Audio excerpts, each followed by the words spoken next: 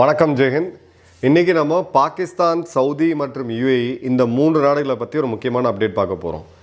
இவங்க ஒரு 2 மாதம் முன்னாடி ஒரு வரலாற்று சரித்திரம் சிறப்புமிக்க ஒரு பாதுகாப்பு ஒப்பந்தத்தை போட்டோம். சவுதி, பாகிஸ்தான் 2 நாடுகளில் ஏதாவது ஒரு நாட்டை தாக்குனா அது இன்னொரு நாட்டை தாக்குனதுக்கு சமம், 2 நாடுகளும் சேர்ந்து போர் புரியும் அப்படின்ட்டுலாம் இவங்க பயங்கர பில்டப் கொடுத்துக்கிட்டு இருந்தாங்க.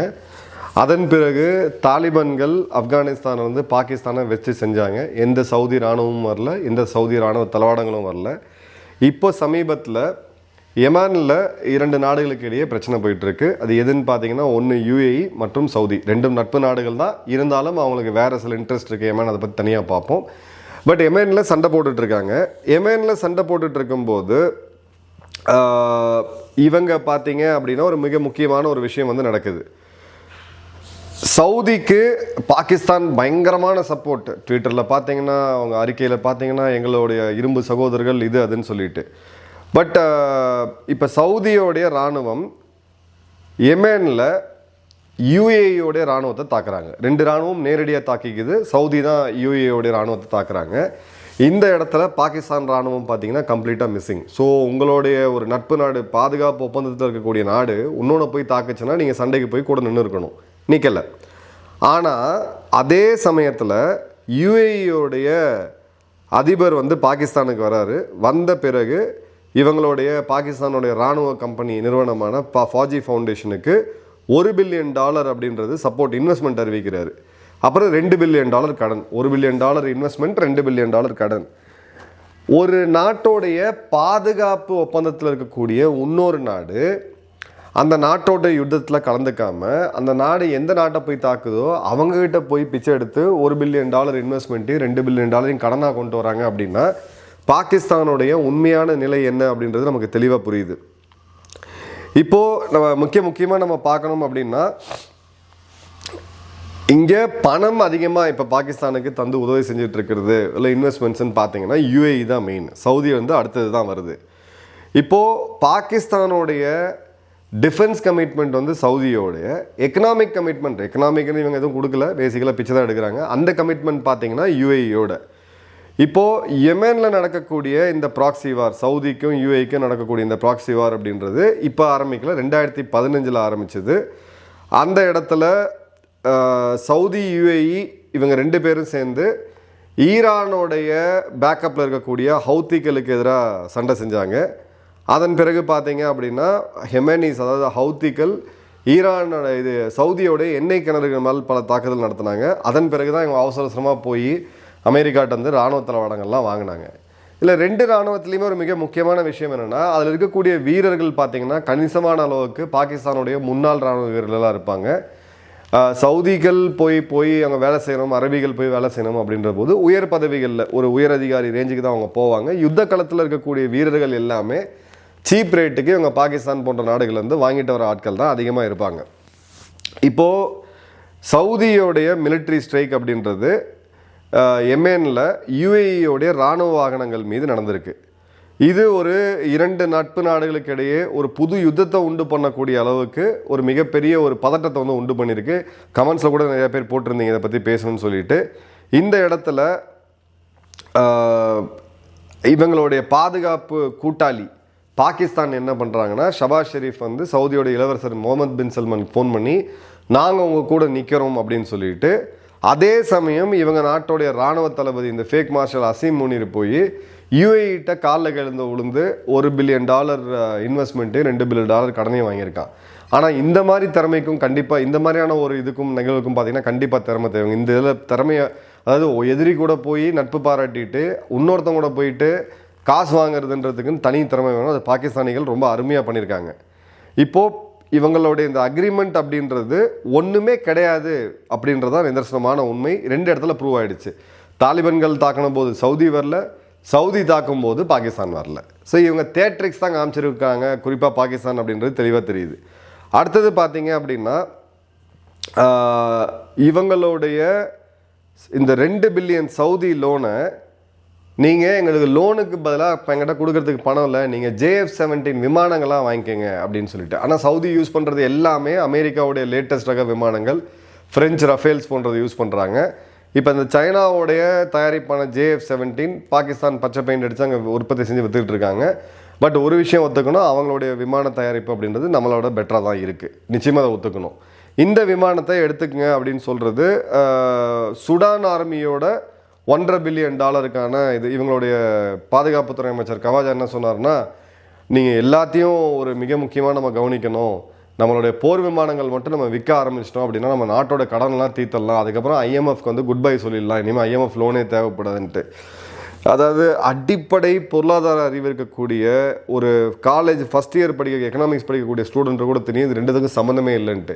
நீங்கள் ஃபைட்டர் ஜெட்டை உருவாக்கி, அதுவும் சைனாவோட ஃபைட்டர் ஜெட்டை உருவாக்கி உங்கள் நாடு IMFல கடன் வாங்கக்கூடிய அளவுக்கு நாங்கள் மாறுவோம் அப்படின்றது இதை விட ஒரு காமெடி எதுவுமே இருக்க முடியாது. ஸோ இந்த இடத்துல எங்கே ஸ்பிளிட்டு வருது அப்படின்னு பார்த்தீங்கன்னா, $1.5 பில்லியன் இவங்க சுதானுடைய இராணுவத்துக்கு கொடுக்கணும் அப்படின்னு ட்ரை பண்ணுறாங்க. அந்த இடம் தான் சவுதியும் துருக்கியும் சேர்ந்து UAEயோடைய ரேப்பிட் சப்போர்ட் ஃபோர்ஸஸ். இப்போது சுடானுக்குள்ளே 2 பிரிவு இருக்குது. ஒரு பிரிவுக்கு சவுதியும் துருக்கியும் சேர்ந்து சப்போர்ட் பண்ணுறாங்க. அது எதிராக இருக்க பிரிவான RSFக்கு UAE சப்போர்ட் பண்ணுறாங்க. ஏன்னா அந்த நாட்டிலையுமே அவங்களோட இன்ட்ரெஸ்ட் இருக்குது, ஏதாவது ஒரு குரூப்பிசம் அப்படின்றது நடக்கும். இப்போ அதில் போய் UAEக்கு எதிரான விமானங்களை இவங்க கொடுக்கணும்னு ட்ரை பண்ணிகிட்டு இருக்காங்க. இதுதான் ஒரு உச்சபட்ச காமெடி. ஸோ இந்த இடத்துல சவுதி துருக்கியோடைய அக்ரிமெண்ட் அப்படின்றது இவங்களுக்கு ஒரு மிக முக்கியமான பாயிண்ட்டை கொடுத்துருக்கு. இது ஒரு இந்த ஓட்டமன் எம்பையரோட அலையன்ஸ். அந்த இடத்துல சவுதி பணம் மட்டும்தான் கொடுக்க முடியும், சவுதியெல்லாம் ஆயுதங்கள் தயாரிக்க முடியாது. அதே மாதிரி துருக்கி கிட்ட பணம் கிடையாது, ஆயுதங்கள் உற்பத்தி பண்ண முடியும். ஒரு புது ஆக்சிஸை இவங்க உண்டு பண்ணுறேன் அப்படின்னு நினச்சிக்கிட்டு UAE இவங்க நேரடியாக எதிர்த்துட்டு இருக்காங்க அப்படின்றதான் பார்க்குறோம். இப்போ பாகிஸ்தானுடைய ஏர் சீஃப் ஜஹீர் அஹமத் சித்து சொல்லும் பொழுது சவுதியோடைய இது அப்படின்றது பைலேட்ரல் டிஃபென்ஸ் கோஆப்ரேஷன் அப்படின்றது ஒரு உறுதியான நிலையை நோக்கி போயிட்டுருக்கு. என்ன உறுதி? தாலிபான்களை போட்டு வச்சு செய்யும்போது எந்த சவுதி இராணுவமும் வரல, வைஸ் வெர்சா அவங்க போய் தாக்கும்போது நீங்கள் எந்த இராணுவத்தையும் அனுப்பலை. இப்போது UAE கிட்ட இருக்கக்கூடிய லீவரேஜ் என்ன? UAE அப்படின்னு பார்த்தீங்கன்னா $1 பில்லியன் ஃபாஜி ஃபவுண்டேஷனுக்கு கொடுக்குறாங்க. அந்த $1 பில்லியன் ஒரு எலும்பு துண்டை போடுற மாதிரி.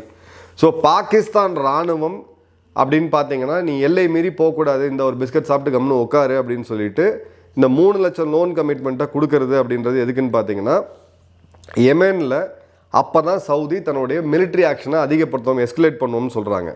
ஸோ இந்த இடத்துல அபுதாபி அதாவது UAEக்கு பாகிஸ்தான் சவுதிக்கு எந்த விதமான ஆதரவும் கொடுக்கக்கூடாது அப்படின்றதுக்கான இந்த பிஸ்கட் தான், நாய்க்கு போடுற பிஸ்கட் தான் இந்த $3 பில்லியன். அதில் $1 பில்லியன் இன்வெஸ்ட்மெண்ட்டு, $2 பில்லியன் அப்படின்றது கடன்.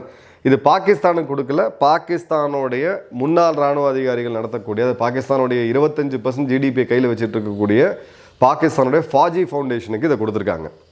ஸோ இவங்க ஒப்பந்தம் போட்டுட்டு இந்த பக்கம் காசு வாங்கிட்டு அந்த ஒப்பந்தத்தை பண்ண முடியாமல் போகிறது. ஸோ சவுதிக்குமே இப்போ தெளிவாக தெரிஞ்சிருக்கும், இவங்களை நம்பி நாளைக்கு சவுதி ஏதாவது யுத்தம்லாம் ஆரம்பித்தாங்கன்னா அவங்க நிலைமை எந்த அளவுக்கு மோசமாக போகும் அப்படின்னு சொல்லிட்டு.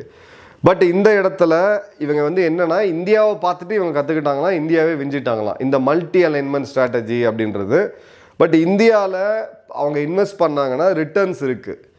இந்தியா ஒரு மிகப்பெரிய எக்கனாமி, உலகத்திலேயே வேகமாக வளரக்கூடிய மேஜர் எக்கனாமியில் இன்றைக்கி இந்தியா தான் நம்பர் 1. யூத் இருக்கக்கூடிய இடம், படித்த மக்கள், ரொம்ப ஒரு ஃபார்வர்ட் திங்கிங்கான ஒரு நாடு இந்தியா. அதுக்கு UAE சவுதியெலாம் இன்வெஸ்ட்மெண்ட்ஸ் பண்ணுவாங்க, பைலேட்ரல் உறவில் இருக்கும். பயங்கரவாதிகளை மட்டுமே உருவாக்கக்கூடிய உங்களுக்கும் சொந்த நாட்டு இராணுவத்தையே அடியாள்களாக பயன்படுத்தக்கூடிய உங்களுக்கும் வந்து எந்த நாடு வந்து இன்வெஸ்ட் பண்ணணும்னு கேட்டிங்கன்னா ஒன்றுமே கிடையாது. ஸோ இந்த இடத்துல சவுதியை ஏலியனேட் பண்ணாங்க அப்படின்னா இவங்களுக்கு சித்தாந்த ரீதியாக மிகப்பெரிய பாதிப்பு கொடுத்துரும். ஒருவேளை UAE வந்து இவங்க எதிர்த்து போனோம், இந்த டபுள் கேம் ஆடணும்னு பார்த்தாங்க அப்படின்னா வரக்கூடிய பணம் அப்படின்றது கட்டாகும். ஸோ ரொம்ப கிளியர் கட்டான ஒரு இவங்க வெளியில் கான்கிரீட்டாக ஒரு ப்ரோ சவுதி பொசிஷன் எடுத்தாலுமே இராணுவத்தெல்லாம் இவங்க அனுப்பலை. ஸோ சவுதிக்கும் சரியான ஒரு நண்பனாக இல்லாமல் UAEக்கும் ஒரு நண்பனாக இல்லாமல் எப்போ வேணால் நான் துரோகியாக மாறுவேன் அப்படின்ற அளவுக்கு தான் இவங்க செயல்பட்டுருக்காங்க.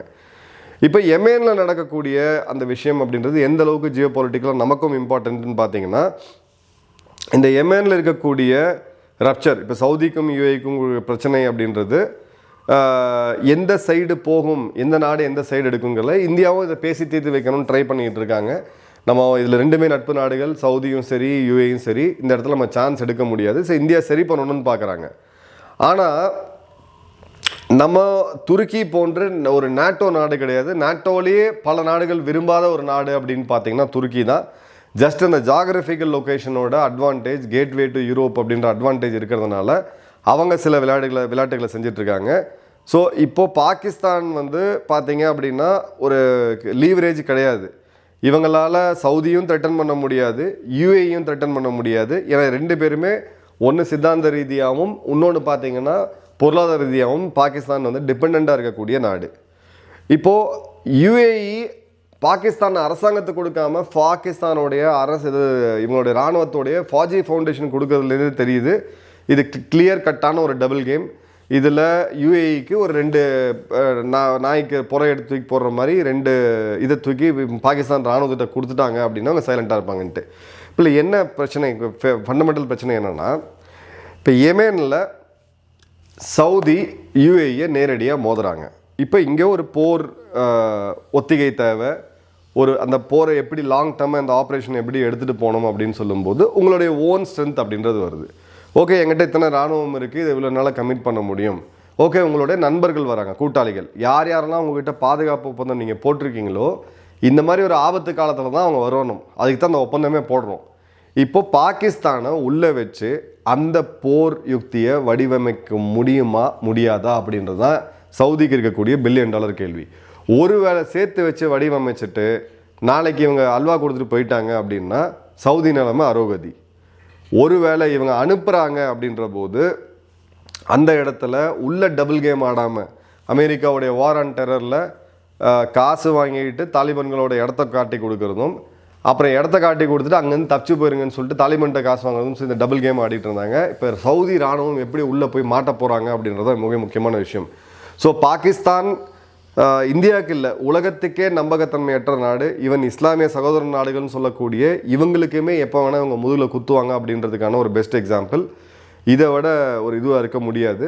சவுதி என்ன மூவ் பண்ணுறாங்கன்னு சொல்லி பார்த்துட்டு இந்த ஒரு டீட்டெயில் சப்ஜெக்டை பற்றி இன்னொரு அப்டேட்டில் சந்திப்போம். நன்றி, வணக்கம், ஜெய்ஹிந்த்.